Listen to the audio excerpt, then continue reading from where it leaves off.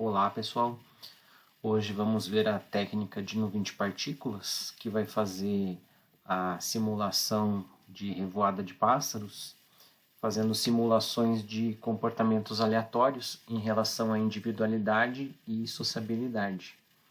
Então essa técnica ela pode ser aplicada em vários tipos de problemas da pesquisa operacional, com destaque aqui na extração de regras de redes neurais artificiais, a aplicação do problema do caixeiro viajante, roteamento de veículos, entre outros. Então ela vai simular a separação usando a ideia de separar as aglomerações de partículas, o alinhamento, que vai fazer a ideia de você seguir um representante do grupo, e coesão, para que ela se movimente na média dos movimentos dos seus vizinhos. Então ela é uma técnica diferente do algoritmo genético, ela vai fazer a cooperação dos elementos, né, das partículas, e não fazer rivalidade. Então essa técnica ela costuma ser um pouco mais rápida para convergência. Ela tem aqui o termo de inércia, ele vai forçar a partícula a ficar movimentando-se na mesma direção. O termo cognitivo, ele vai fazer uma melhora da posição da partícula, fazendo com que ela volte a posições que ela tinha soluções melhores. E o termo de aprendizado social, ele vai forçar a partícula a se movimentar na direção dos melhores vizinhos. Então os elementos desse algoritmo são a população de agentes, X vai ser a posição do agente, do agente A no espaço de soluções, F vai ser a função de avaliação, que também pode ser chamada de função fitness, a velocidade V do agente A, e também o conjunto de vizinhos, que a gente vai chamar de VAI. Então todos esses agentes eles vão estar conectados diretamente ou indiretamente, e nós vamos ter dois passos aqui: fazer a intensificação, para fazer a exploração de soluções encontradas anteriormente, e a diversificação, para que você encontre soluções ainda não visitadas. Então nós vamos tentar fazer um equilíbrio entre esses dois itens, né? Intensificação e diversificação. Então basicamente nós vamos fazer duas contas. A primeira vai ser da velocidade. O termo de inércia ele vai ser uma variável aqui que a gente vai colocar como V, multiplicada por um parâmetro W, mais um parâmetro aleatório eta1, que vai ser fixo durante todo o procedimento, multiplicado por um número aleatório, que vai variar cada vez que você vai fazer as contas. Aqui a gente modifica esse número aleatório. Depois você vai fazer a diferença da melhor posição da partícula, que nós vamos chamar de P-best, pela posição atual, que é X. Aqui é o termo cognitivo, que ele vai ver qual foi a melhor posição que a partícula já esteve. O termo de aprendizado social, ele vai ser aqui um parâmetro eta2, multiplicado por um outro número aleatório, multiplicado pela diferença da melhor posição da partícula do grupo, né, de todas as partículas, pela posição da partícula xi. Depois de calculada essa velocidade, nós fazemos a atualização da posição da partícula. Então a posição dela vai ser a posição atual mais a velocidade. Então o fluxograma dessa técnica de nuvem de partículas é basicamente você inicializar as partículas em posições aleatórias e velocidades nulas. Depois você calcula os valores dos fitness para cada uma das partículas, compara os fitness com os melhores valores de cada indivíduo, para que você veja qual foi a melhor posição que cada um deles teve, que é o P-best, e todos os demais que você vai achar qual é o melhor de todos, que é o G-best. Depois você vai testar se o critério de parada foi satisfeito.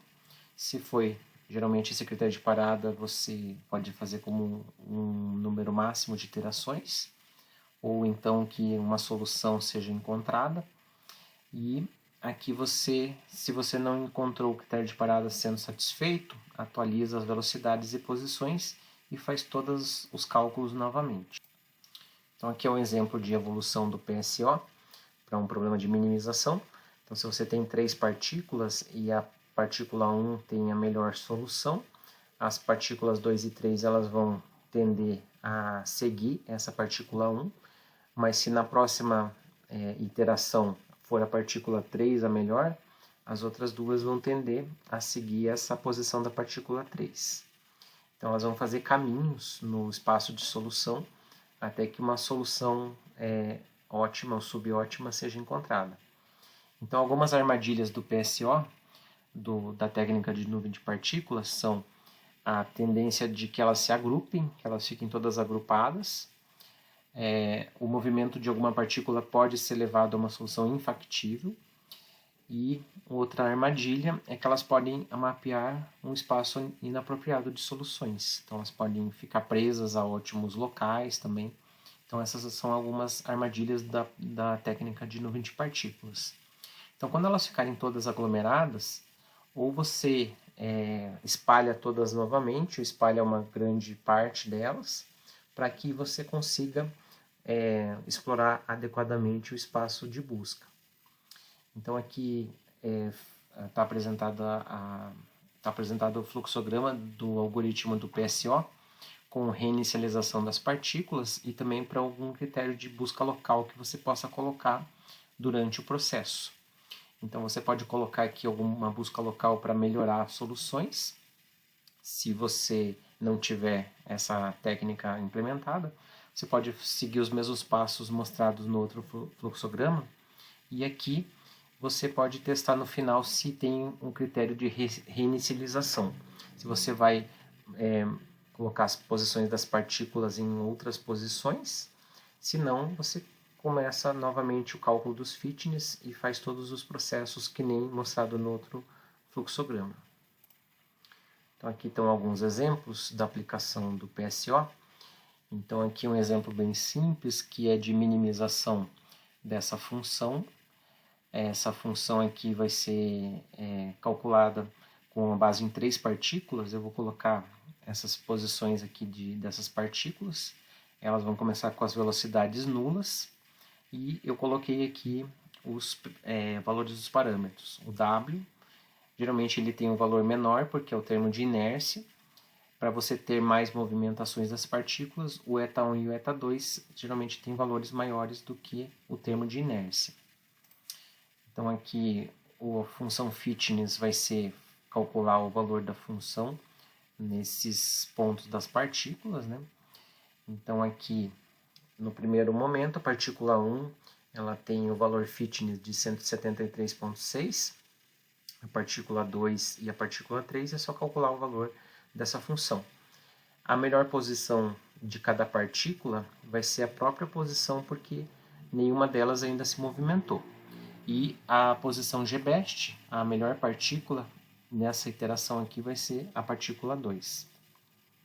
Então nós podemos fazer o cálculo em uma tabela aqui. As partículas aqui, elas têm pbest menos xi, todos esses valores são nulos, porque nenhuma delas ainda teve uma melhor posição.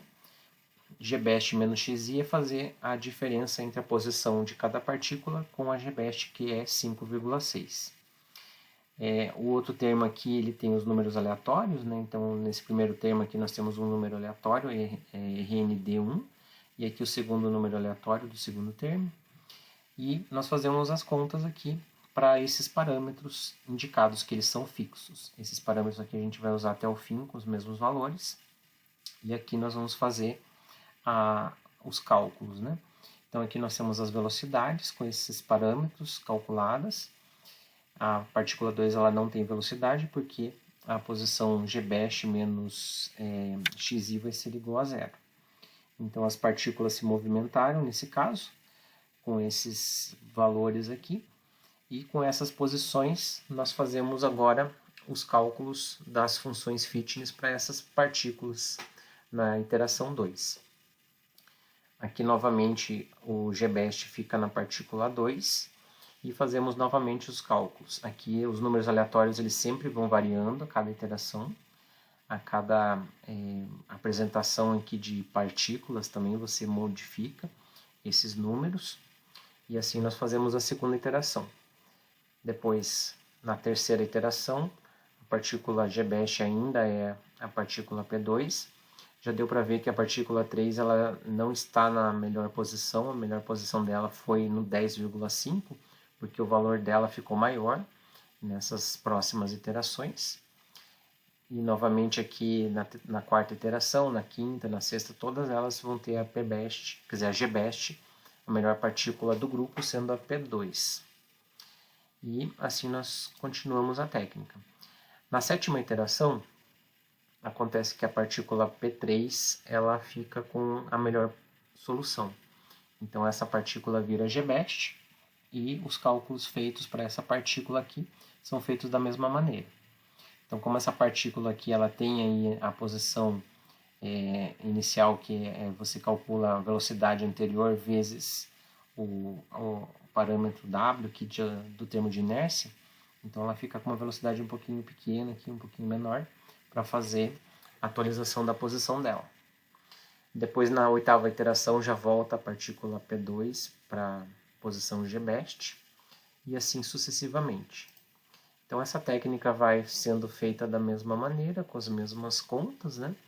As partículas Gbest aqui elas vão se alternando, né, entre as posições P2 e P3. E depois aqui vocês começam a perceber que esses valores eles vão ficando todos muito próximos, quer dizer que as partículas elas estão começando a ficar aglomeradas. Então na 19ª iteração, nós já temos aqui as partículas praticamente com os mesmos valores da função fitness de cada uma delas. Então nós temos as partículas aglomeradas. Então o que você pode fazer é guardar a melhor posição. Então você pode deixar a P2 na próxima geração aqui e espalhar as próximas. Então você pode modificar as posições das outras duas partículas e continuar a fazer a técnica rodar. Então esse pode ser um critério para você fazer a diversificação da solução. Então essa foi a aplicação da técnica de nuvem de partículas para problemas contínuos. Então aqui tem alguns outros exercícios para vocês olharem. E no próximo vídeo nós vamos ver a aplicação no caixeiro viajante.